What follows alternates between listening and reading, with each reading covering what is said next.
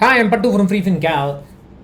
There are so many misconceptions and misselling associated with the mutual fund SIP. One of the most popular one that I've heard is that a mutual fund SIP will help you reduce risk, it'll help you average the risk and so on. No, that just doesn't happen.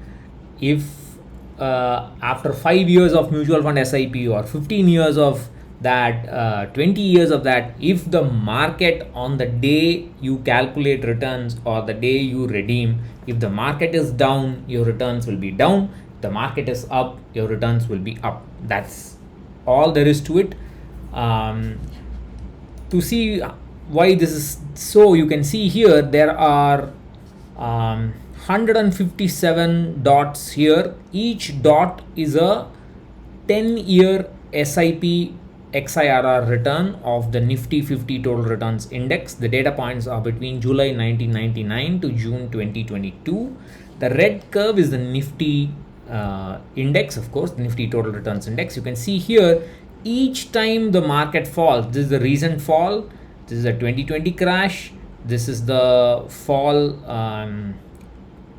I think associated with that, with a so-called taper tantrum in June, I think in mid 2013 and so on, and that's the when the rupee became very weak. I think that is the one. And then again you can see every time the market fell, the returns have fallen. So I say this analogy a lot. I'll say it one more time. The reason for this is quite simple. It's like you have a bucket, and an SIP is like taking a mug of water and pouring it into the bucket every month. But the bucket is not stable. The bucket is unstable because of the market forces, supply and demand. Sometimes the bucket will have higher water, sometimes the bucket will have lower water. The bucket is always, volatile. And after you pour enough mugs of water, after let's say 12 months, 24 months or whatever, the bucket will have got filled to, let's say, 40% or 50% even. Then that's like a lump sum amount in the market. That's like a bucket of water, unstable bucket of water will start swishing around, and that's like a lump sum facing the full heat of the market. That lump sum amount is what matters.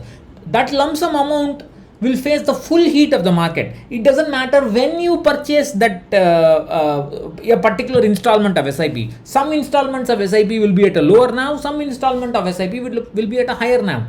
That doesn't matter. Once it hits the market, and once you have a reasonable amount of money invested after enough time of continuing the SIPs, then that amount is basically a lump sum which faces the full heat of the market. And therefore, if the market is down, the return associated with the lump sum will be down. The market is up, the return will be up. As simple as that. Someone said that the when you make the purchase matters. See, when you make the purchase matters only if you make only one single purchase. If you are going to invest one lump sum for your entire life, and that's it, you are never going to make any more purchases, then it's fine. When you make the purchase matters, when you take the money out matters.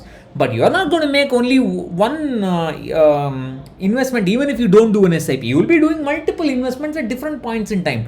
So what basically happens is that over time, it's impossible for you to find out the impact of when you purchase, because the ultimate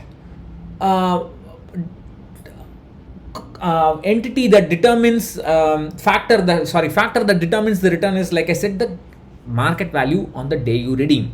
So please don't have silly notions that a mutual fund SIP will reduce risk. It will not do that. It is just automation. It's just an automated way of buying units. I've said this several times before, but I have a newer audience from time to time, and I have to say it. So what does this mean? Does this mean I have to time the market? No, you don't need to time the market. You don't need to do any tactical asset allocation. All you need to do is have a proper goal, have a clear goal deadline, calculate the target corpus carefully, decide on a suitable asset allocation for that goal, invest systematically. Nobody is against the SIP. I personally don't do SIPs in the sense that I don't do automation. I manually invest. I do a manual SIP, which I believe is true discipline, not automation, which is fine. You can do whatever you are comfortable with. my investment amounts are large, so I can't do an SIP, because sometimes if I have an extra expense, then I cannot, that it will affect me. Then start reducing the equity allocation well in advance. Don't listen to people who say you can start reducing equity exposure 3 years before the goal. That's all nonsense. I've shown that several times before. You must systematically reduce equity allocation well before the goal deadline. I have shown that several times in this one video that exists, an article. There's also a course and so on. So you have to not only invest systematically, you also have to reduce risk in the portfolio systematically. So it's like it's not enough that you do an SIP. It's not enough that you be patient. It's not enough that you wait. Are you doing all that with the proper plan, or are you doing all that based on hope? That's the key.